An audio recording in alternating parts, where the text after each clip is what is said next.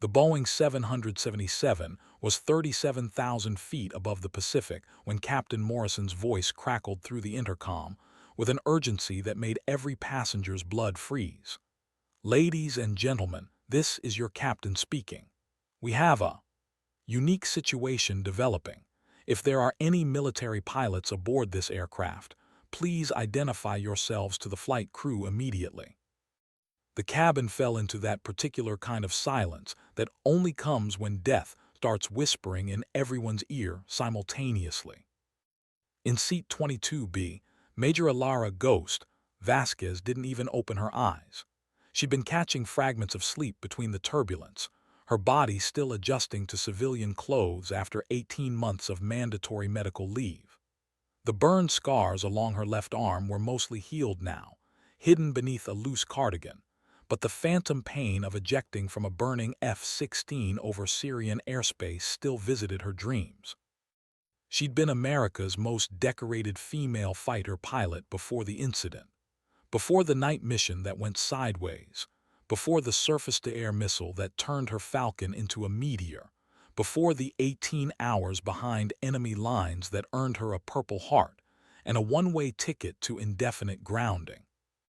The flight attendant was moving through the cabin now, whispering urgently to passengers checking manifest lists.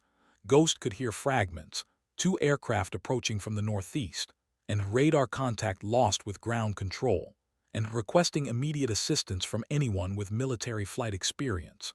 She kept her eyes closed, hoping they'd pass her by. She was done with heroics, done with the responsibility of other people's lives hanging in the balance at 40,000 feet. She was flying commercial to Seattle to start over, to disappear into the anonymity of civilian life, where the worst decision she'd have to make was which coffee to order. But then she heard it, that tone in Captain Morrison's voice that every military pilot recognizes. Not panic, not yet, but the razor-thin edge between controlled professionalism and the kind of fear that makes your hands shake on the stick. She'd heard it in her own voice that night over Syria, right before everything went to hell. The flight attendant was 3 rows away now, moving toward her seat with increasing desperation. Ghost finally opened her eyes and saw her reflection in the darkened window, tired, scarred, trying so hard to be invisible. Outside, the vast Pacific stretched endlessly beneath them, and somewhere in that darkness, something was wrong, something that required her particular set of skills. The weight of 18 months of guilt and survivor's syndrome pressed down on her chest like altitude sickness. She could pretend to sleep, let someone else handle whatever crisis was unfolding. She could stay in seat 22B and keep running from the woman she used to be. But Captain Morrison's voice came over the intercom again, and this time she heard something that made her stomach drop. "We have visual confirmation of 2 unidentified fighter aircraft maintaining intercept course. Estimated time to contact, 12 minutes. Ghost closed her eyes one more time, whispered a prayer to whatever gods watch over broken pilots, and raised her hand. The flight attendant's relief was immediate and visible. "Ma'am, do you have military flight experience?" The question hung in the recycled air like smoke from a crash site. Around them, passengers were beginning to understand that this wasn't a drill, wasn't a movie, wasn't something happening to other people in other places. This was real, and it was happening to them, right now, 6 miles above the ocean with nowhere to run. "Major Alara Vasquez, United States Air Force," Ghost said quietly, unbuckling her seatbelt. "Call sign Ghost, 18 years active duty, 1,500 combat hours, qualified on F-16, F-15, and F-22 platforms." She stood up, feeling every pair of eyes in the cabin tracking her movement. "Take me to the cockpit." The flight attendant's face went from relief to something approaching awe. Even civilians had heard whispers of Ghost, the pilot who'd held the line over Damascus, who'd taken down 4 enemy aircraft in a single engagement, who disappeared from active duty after a classified incident that made headlines without details. As they walked toward the front of the aircraft, Ghost caught fragments of panicked whispers. "Those planes aren't supposed to be there," and lost contact with Seattle Center, And why aren't they responding to radio calls? She kept her expression neutral, professional, but inside, the familiar mixture of adrenaline and terror was beginning to build. This was supposed to be over. She was supposed to be done with life-or-death decisions at altitude. But the sky, it seemed, wasn't quite finished with Ghost Vasquez. The cockpit door opened, and Captain Morrison turned to face her. He was younger than she'd expected, maybe 40, with the kind of steady hands and clear eyes that suggested he'd been flying for a long time without ever having to face anything like this. "Captain Morrison," he said, extending his hand. "Thank God you're here. We've got two F-18 Super Hornets packing us at our 2 o'clock position, approximately 3 miles out. They appeared on radar 15 minutes ago. No radio response, no identification transponder. Seattle Center lost contact with us right after they showed up." Ghost moved to the windows, scanning the darkness. There, 2 sets of navigation lights maintaining perfect formation, close enough to see the distinctive silhouette of Navy fighters. But something was wrong with the picture. The lights were too dim, the formation too tight, and there was something about their positioning that made the hair on her arms stand up. "Captain," she said carefully, "those aren't F-18s." The silence in the cockpit stretched like piano wire about to snap. Captain Morrison and his first officer exchanged glances that suggested they'd been hoping she would tell them everything was normal, everything was under control. Instead, Ghost was studying the approaching aircraft with the kind of intensity that comes from having survived situations where identification errors get people killed. "Those are Sukhoi Su-57, she said finally. "Russian 5th-generation fighters. And they're not supposed to exist in this airspace." First Officer Chen leaned forward, adjusting his headset. "Ma'am, with respect, how can you be certain from this distance?" But Ghost was already moving toward the radio panel, her muscle memory taking over despite 18 months of civilian life. She'd studied every fighter aircraft in existence, had memorized their signatures, their capabilities, their weaknesses. It was a skill set that had kept her alive through 15 years of combat operations, and right now it was screaming danger. "The wing configuration, the engine placement, the way they're maintaining formation," she explained, her hands moving over the controls with practiced efficiency. Su-57s have a distinctive radar signature and flight profile. More importantly, they're maintaining radio silence and flying without transponders, which means this isn't a friendly encounter. She grabbed the radio handset, switching to the international emergency frequency. "Russian aircraft maintaining intercept course with civilian airliner. This is United States military aircraft. State your intentions, over." Nothing but static answered her call. Captain Morrison was watching the radar screen with increasing concern. "Major, those aircraft have been matching our speed and altitude for the past 10 minutes. If they wanted to make contact, why haven't they attempted communication?" It was a good question, and Ghost didn't like any of the answers that came to mind. In her experience, foreign military aircraft that intercept civilian airliners without identification usually fall into one of 2 categories. Either they're responding to a perceived security threat, or they're creating one.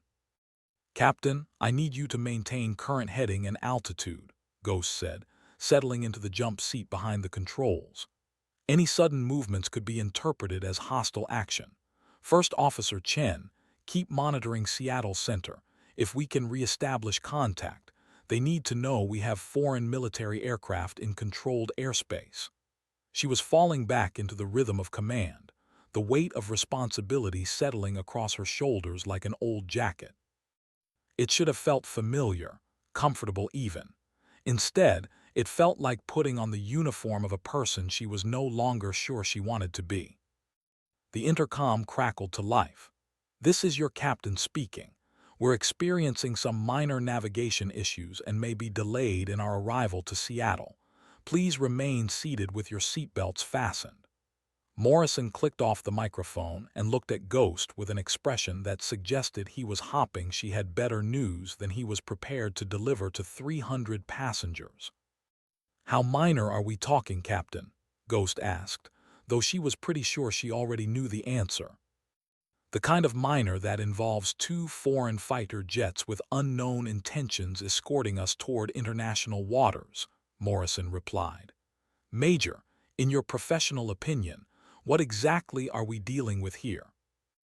Ghost studied the radar contacts, watching their precise formation, their unwavering course. In my professional opinion, Captain, we're either looking at the beginning of an international incident, or we're already in the middle of one. The Russian fighters maintained their position with mechanical precision, neither approaching nor falling back, like wolves packing alongside wounded prey. Ghost had seen this kind of formation before, during her deployments over Syria and Eastern Europe. It was a classic intercept pattern, close enough to demonstrate capability, far enough to avoid immediate confrontation. The question was what they wanted, and more importantly, what they were prepared to do to get it. Major, First Officer Chen called out, Seattle Center is back online. They're asking for immediate position report and status update. Ghost took the handset, but before she could respond, her blood went cold. Through the cockpit window, she could see the lead Russian aircraft beginning to move closer, its navigation lights becoming more distinct against the star field. The pilot was making a statement, showing that he could close the distance anytime he chose. Seattle Center, this is United Airlines Flight 447, Ghost transmitted. We have two unidentified military aircraft maintaining intercept course at our current position. Aircraft appear to be Russian-made Su-57. No radio response to international emergency frequency, requesting immediate assistance from NORAD and U.S. Air Force Intercept.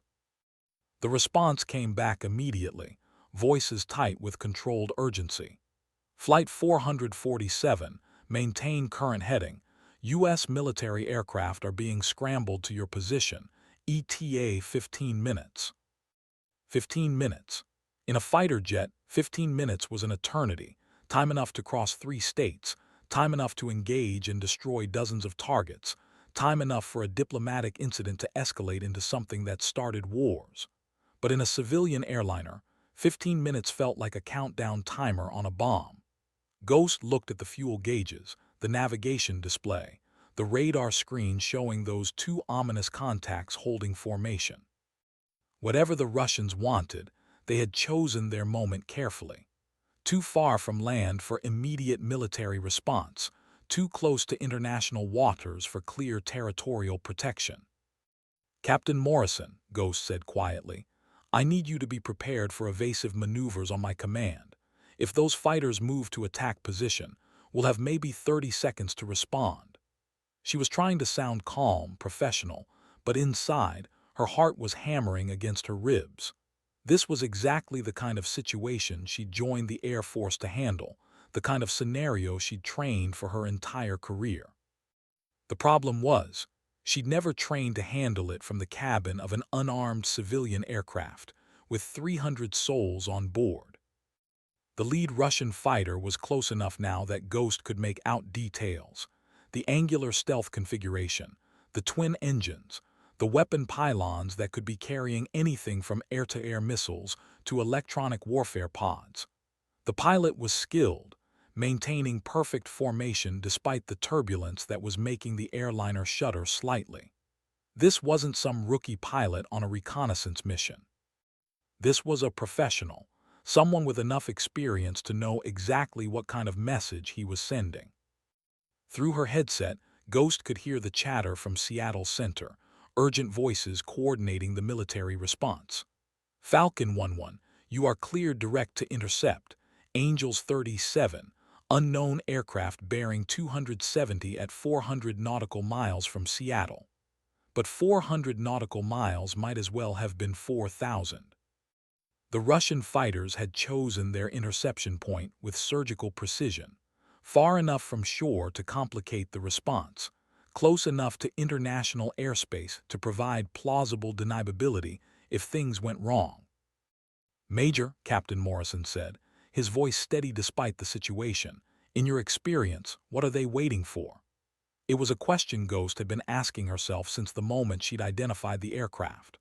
Russian fighters didn't intercept civilian airliners without specific orders, without specific objectives. They were here for a reason, and until she understood what that reason was, every second that passed brought them closer to a point of no return. "They're making a statement," Ghost said finally. "The question is whether it's directed at us, or at the people who are about to respond to this situation." The answer came 60 seconds later, when the lead Russian aircraft began transmitting on the international emergency frequency in accented but clear English. "United Airlines Flight 447, you are ordered to divert to coordinates I am transmitting now.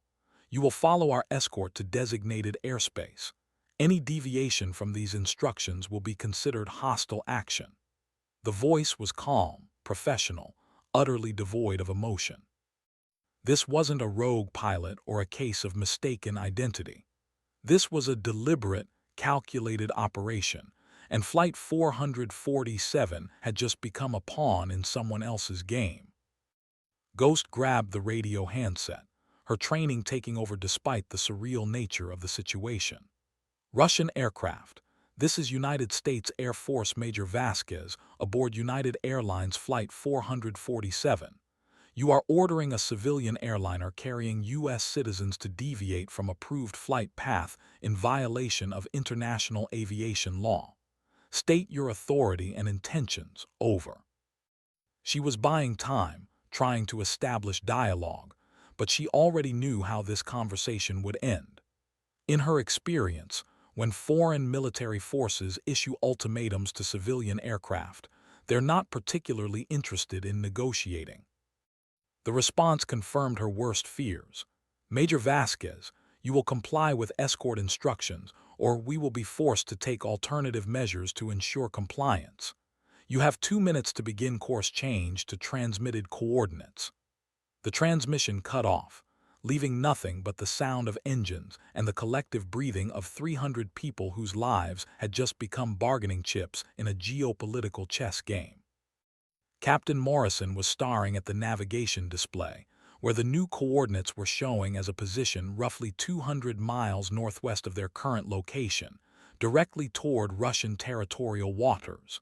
"Major, if we follow those coordinates, we'll be crossing into disputed airspace. Once we're there." He didn't need to finish the sentence. Once they crossed into contested territory, the rules changed. The protections of international law became murky, and the possibility of safe return became a matter of Russian goodwill rather than American military capability. "Captain," Ghost said, her voice carrying the authority of someone who'd made life-or-death decisions in cockpits from Syria to the South China Sea, "under no circumstances do we deviate from our current flight path. Those coordinates will take us into Russian-controlled airspace, and if we go there willingly, we may never leave." She was thinking like a military strategist now, weighing options, calculating risks, preparing for the moment when diplomacy would give way to action. But she was also acutely aware that this wasn't her F-16, wasn't her mission, wasn't her choice to make. 300 civilian lives hung in the balance, and the decision ultimately rested with Captain Morrison. The civilian pilot was studying his instruments, his face reflecting the weight of impossible choices. Continue on course and risk confrontation with 2 advanced fighter jets. Comply with the Russian demands and potentially deliver his passengers into an international hostage situation. Either way, the chances of everyone going home safely were diminishing with each passing second. "Major," he said finally, "what would you do in my position?" Ghost looked out at the Russian fighters, still maintaining their perfect formation, still waiting for compliance or defiance. She thought about the night over Syria, about the moment when everything went wrong, about the choices that had put her in this position, burned, grounded, running from the responsibility that was now catching up to her at 37,000 feet. "Captain," she said, "I'd trust that the United States Air Force doesn't abandon its people, and I'd keep flying toward home." The next 90 seconds passed in a silence broken only by radio chatter and the steady drone of engines. Ghost watched the Russian aircraft, looking for any sign of movement that might indicate an attack run. The lead fighter was close enough now that she could see the pilot's helmet, could make out the missile pylons beneath the wings. 1 minute remaining before the ultimatum expired. She found herself thinking about her father, a Navy pilot who'd flown missions over Vietnam and had always told her that the sky belonged to those brave enough to claim it. He'd been dead for 10 years, but she could almost hear his voice now, steady and calm. "Ellie, sometimes the only way out is through." With 30 seconds left on the Russian deadline, salvation appeared as two contrails on the eastern horizon. F-22 Raptors, angels of American air power, closing fast on an intercept course. Ghost felt something in her chest release, a tension she didn't realize she'd been holding. The cavalry was arriving, but the question remained whether they would be in time, and whether their arrival would escalate the situation beyond the point of peaceful resolution. Flight 447, this is Falcon 11. We have visual contact with your aircraft and the two Russian fighters. Be advised, we are moving to intercept position. Maintain current heading and altitude. The voice over the radio was young, confident, carrying the particular blend of skill and swagger that Ghost remembered from her own combat deployments. These were her people, her air force, coming to bring their wayward comrade home. The lead Russian fighter pilot apparently recognized the changing tactical situation. His aircraft began to pull away slightly, increasing separation while maintaining the intercept course. The second fighter moved to a higher altitude, establishing what Ghost recognized as an overwatch position. They were repositioning for the arrival of American interceptors, but they weren't breaking off. If anything, the situation was about to become significantly more complex. Russian aircraft, this is United States Air Force Falcon 11. You are instructed to immediately cease intercept of civilian aircraft and return to international airspace. Acknowledge, over. The American F-22 pilot's transmission was crisp, professional, but carried an underlying edge that suggested he was prepared for whatever response he might receive. Ghost had flown with pilots like this, had trained them, had been their squadron leader. She knew they were good, but she also knew that good might not be enough if this situation continued to escalate. The Russian response was immediate and uncompromising. American aircraft, you are interfering with legitimate security operation. Russian Federation maintains right to inspect civilian aircraft in international airspace. Recommend you maintain safe distance. It was a carefully worded statement that managed to claim legal authority while avoiding direct confrontation. Ghost recognized the diplomatic language. This was being conducted by people who understood the legal and political implications of every word, every action. But legal technicalities meant little when lives were at stake. The American F-22s were closing rapidly now, and Ghost could see them through the cockpit window, sleek, deadly, representing the technological superiority that had kept American airspace secure for decades. The lead Raptor moved into position alongside the Russian fighters, close enough to demonstrate capability, far enough to avoid immediate provocation. It was a delicate dance, performed at 500 miles per hour, 6 miles above the Pacific Ocean. Falcon 11, this is Major Vasquez aboard the civilian aircraft. Ghost transmitted on the military frequency. Advise you that Russian aircraft issued ultimatum for course deviation to coordinates that would place us in disputed territorial waters. Current situation appears to be deliberate attempt to force civilian aircraft into compromising position. She was providing intelligence, tactical assessment, helping the American pilots understand what they were dealing with. The response came immediately. Copy that, Ghost. Falcon 11 has tactical control of the situation. Recommend you maintain current flight path and prepare for possible evasive maneuvers. The use of her call sign sent a jolt of recognition through the radio chatter. Someone in the American formation knew who she was, knew her reputation, knew she could be trusted to provide accurate tactical assessment. For the first time since this crisis began, Ghost felt like she wasn't facing it alone. Captain Morrison was monitoring multiple radio frequencies now, coordinating with air traffic control, staying in contact with his airline's operations center, trying to manage the crisis from his civilian perspective while Ghost handled the military aspects. "Major," he said during a brief lull in radio traffic, "I've been flying for 22 years, and I've never seen anything like this. In your opinion, how does this end?" It was a question that Ghost had been trying not to think about, because most of the answers that came to mind weren't particularly reassuring. "It ends when someone decides to blink first," she said, watching the tactical display as American and Russian fighters maneuvered around each other in an aerial ballet that could turn lethal in seconds. "The question is whether that someone makes the right decision or the wrong one." The wrong decision came 3 minutes later, when the second Russian fighter broke formation and began moving toward an attack position behind Flight 447. Ghost saw it happening on radar before her eyes could track the movement, saw the contact moving from escort position to intercept position, saw the geometry of engagement developing exactly the way she'd been trained to recognize it. "Falcon 1-1 Ghost," she transmitted urgently. "Russian fighter moving to attack position. Recommend immediate intervention." The American response was swift and decisive.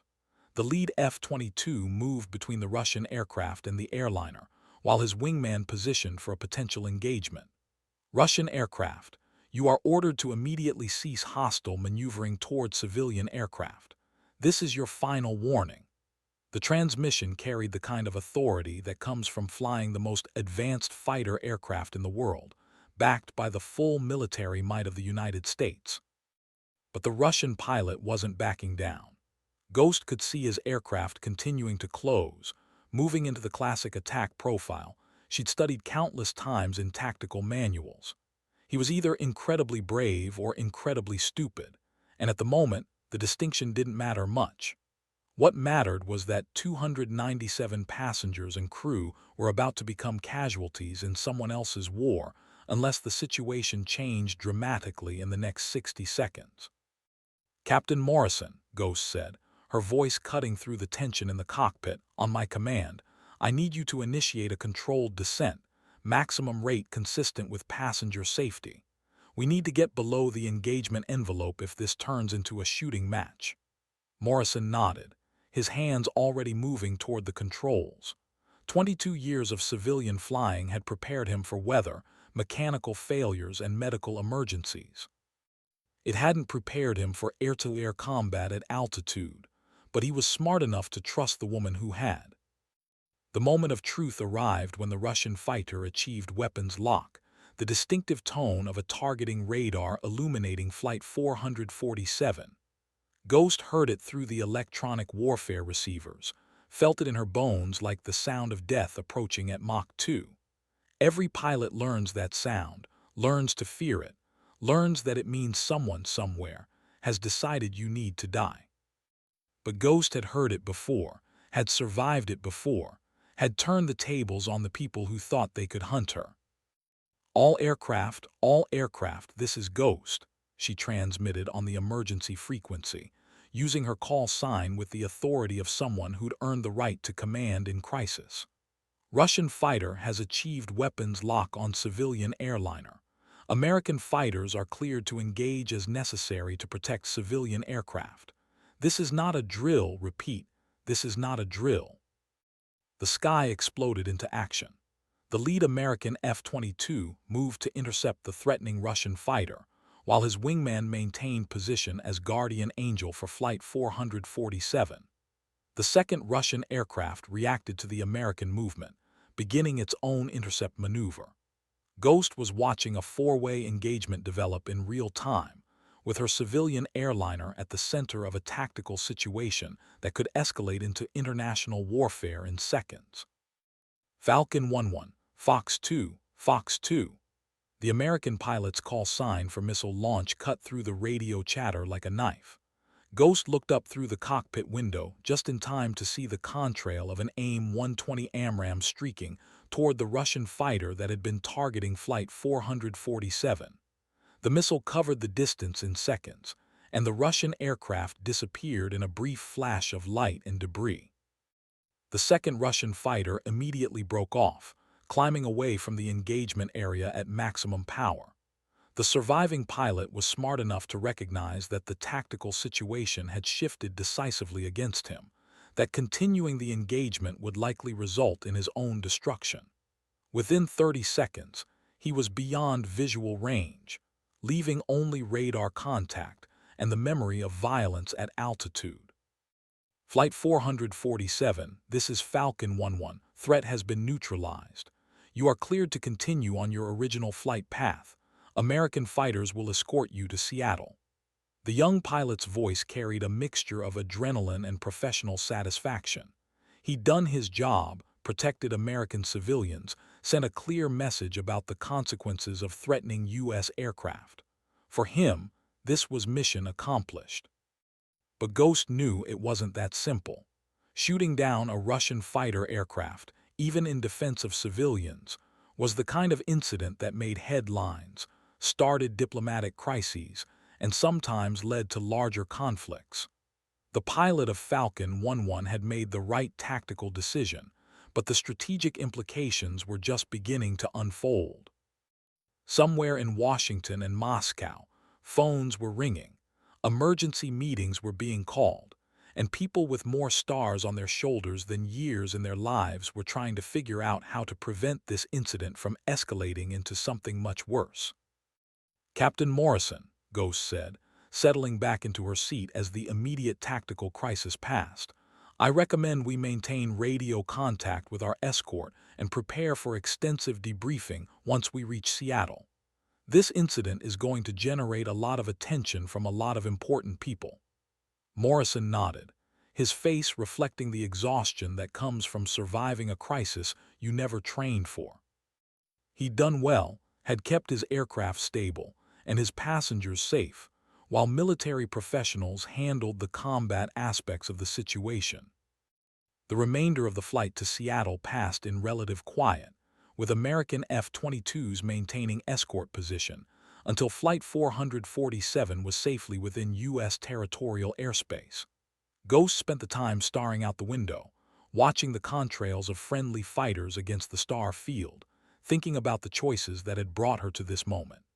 18 months ago, she'd been Major Alara Vasquez, one of the Air Force's most experienced combat pilots. Today, she was a civilian passenger who'd been in the right place at the right time to help save 300 lives. But as the lights of Seattle appeared on the horizon, Ghost realized something had changed during the flight. The weight of guilt and survivor's syndrome that had been crushing her for 18 months felt lighter somehow.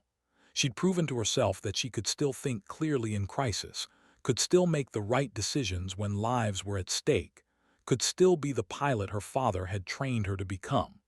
The sky had tested her one more time, and she hadn't been found wanting. When Flight 447 touched down at Seattle-Tacoma International Airport, it was met by a reception committee that included FBI agents, Air Force intelligence officers, State Department officials, and enough media to cover a presidential arrival. Ghost walked down the jetway knowing that her days of anonymity were over, that the incident would bring her back into the public eye whether she wanted it or not. But for the first time in 18 months, she wasn't running from that prospect. The debriefings lasted 3 days. Ghost sat in conference rooms with men and women wearing more ribbons and stars than a Christmas tree, answering the same questions over and over again. What did you observe? What were the Russian intentions? How did you assess the tactical situation? What was your recommendation to the civilian crew? She answered everything honestly, professionally, providing the kind of detailed tactical analysis that would help prevent similar incidents in the future. On the 4th day, she was summoned to a meeting with General Patricia Hayes, the Air Force Chief of Staff, who flew to Seattle personally to discuss the incident. They met in a secure conference room at McChord Air Force Base, just the two of them and enough classified briefing materials to fill a small library. General Hayes was a legend in her own right, the first woman to command an Air Force fighter wing in combat, the architect of the service's current air superiority doctrine. Major Vasquez, General Hayes said, settling into her chair with the easy confidence of someone who'd spent 30 years making decisions that affected thousands of lives. That was some impressive tactical thinking you displayed up there. Captain Morrison credits you with saving his aircraft and all souls aboard. Ghost maintained her professional demeanor, but inside she felt a familiar stirring, the pride that comes from a job well done, a mission accomplished, lives saved through skill and courage. Thank you, ma'am. I was just applying my training to an unusual situation. But General Hayes wasn't buying the modest deflection. She'd read Ghost's complete service record, knew about the missions over Syria, the classified operations that had earned her reputation as one of the Air Force's most capable pilots. She also knew about the incident that had ended Ghost's career, the circumstances that had led to 18 months of medical leave and early retirement. Major, I'm going to be direct with you. The Air Force needs pilots like you, now more than ever. The incident over the Pacific demonstrates that our adversaries are becoming more aggressive, more willing to challenge American interests in international airspace. We need experienced officers who can think tactically under pressure, who can make the right decisions when lives are at stake. General Hayes leaned forward, her expression intense. I'm prepared to offer you a return to active duty, full reinstatement of flight status, command of your own squadron. Ghost felt her heart skip a beat. For 18 months, she'd convinced herself that her military career was over, that the injuries and trauma from Syria had ended her usefulness to the Air Force. But the incident aboard Flight 447 had proven that her tactical instincts were still sharp, her ability to command in crisis still intact. The offer was everything she'd thought she wanted, everything she'd lost when that Syrian missile had turned her F-16 into scrap metal. But 18 months of civilian life had also taught her things about herself, about what mattered beyond mission accomplishment and tactical success. General Hayes, Ghost said carefully, I appreciate the offer, and I'm honored that the Air Force still considers me valuable. But I need to ask, what would be expected of me? What kind of missions, what kind of responsibilities? She was thinking about the passengers on Flight 447, about Captain Morrison's steady professionalism, about the moment when she'd realized that saving lives was more important than winning fights. General Hayes smiled, recognizing the question for what it was, not uncertainty, but wisdom. Major, we're looking at establishing a new command focused on protecting civilian aviation in contested airspace. Think of it as air defense for the commercial aviation system. You'd be responsible for training pilots, developing tactics, coordinating with civilian authorities to prevent incidents like what happened on Flight 447. It was an offer that combined Ghost's tactical expertise with her newfound appreciation for civilian safety, a chance to serve her country while protecting the innocent. The position would carry promotion to lieutenant colonel, General Hayes continued, command of a mixed squadron of F-22s and F-35s based out of Elmendorf in Alaska, close enough to monitor Russian and Chinese aviation activities, far enough from Washington to avoid most of the political nonsense. What do you say, Ghost? Ready to get back in the cockpit where you belong? The offer was everything Ghost had dreamed about during her darkest nights of recovery, everything she'd thought was lost forever when the doctors told her she might never fly again. But as she sat in that conference room, looking at the photographs of aircraft and pilots that lined the walls, Ghost realized that her answer had been decided the moment she'd raised her hand aboard Flight 447. She'd spent 18 months running from responsibility, from the weight of other people's lives in her hands. But some people are born to carry that weight, born to stand between danger and innocence, born to claim the sky in the name of those who cannot defend themselves. General Hayes, Ghost said, standing and extending her hand, when do I start? 3 months later, Lieutenant Colonel Ilara Ghost Vasquez stood on the flight line at Elmendorf Air Force Base, watching her pilots conduct pre-flight inspections on the most advanced fighter aircraft in the world. Her squadron patch bore the image of a commercial airliner protected by the wings of an eagle, a symbol of their mission to safeguard civilian aviation in an increasingly dangerous world. The scars on her arm had faded, but the memories remained, transformed from sources of pain into reminders of purpose. The call sign Ghost had taken on new meaning over the years.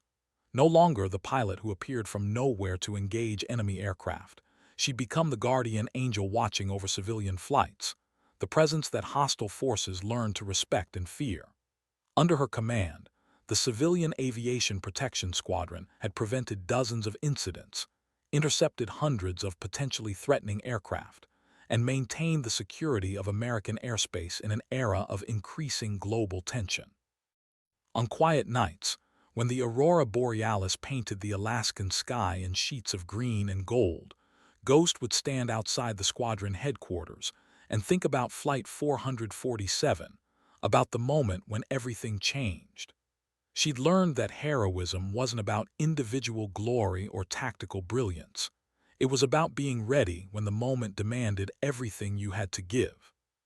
She'd learned that the sky belonged not to the strongest or the fastest, but to those brave enough to defend it for others. The passengers of Flight 447 had gone on with their lives, most of them never knowing the identity of the woman who'd helped save them. But sometimes Ghost would receive a letter or an email from someone who'd been aboard that night, thanking her for bringing them home safely. Those messages meant more to her than any medal or commendation, because they represented the true measure of her service, not the enemies defeated, but the innocent protected. As she walked back toward the squadron building, Ghost's radio crackled with a familiar sound. "Ghost, this is Seattle Center. We have a situation developing with United Airlines Flight 1247, requesting immediate assistance." She smiled, adjusting her flight suit and heading toward the alert aircraft. Some things never changed. The sky was calling, and Ghost Vasquez was ready to answer, not as a warrior seeking glory, but as a guardian protecting those who trusted her to bring them home. Years later, when aviation historians wrote about the evolution of air defense doctrine in the 21st century, they would point to the incident aboard Flight 447 as a turning point, the moment when the United States recognized that protecting civilian aviation required a new kind of warrior, a new kind of hero. They would write about technological advances and tactical innovations, about diplomatic protocols and international law. But the real story was simpler and more profound. It was about a woman who'd lost herself in the darkness of war and found herself again in the light of service, who discovered that the greatest victories weren't won in combat, but in the quiet moments when innocent people made it safely home.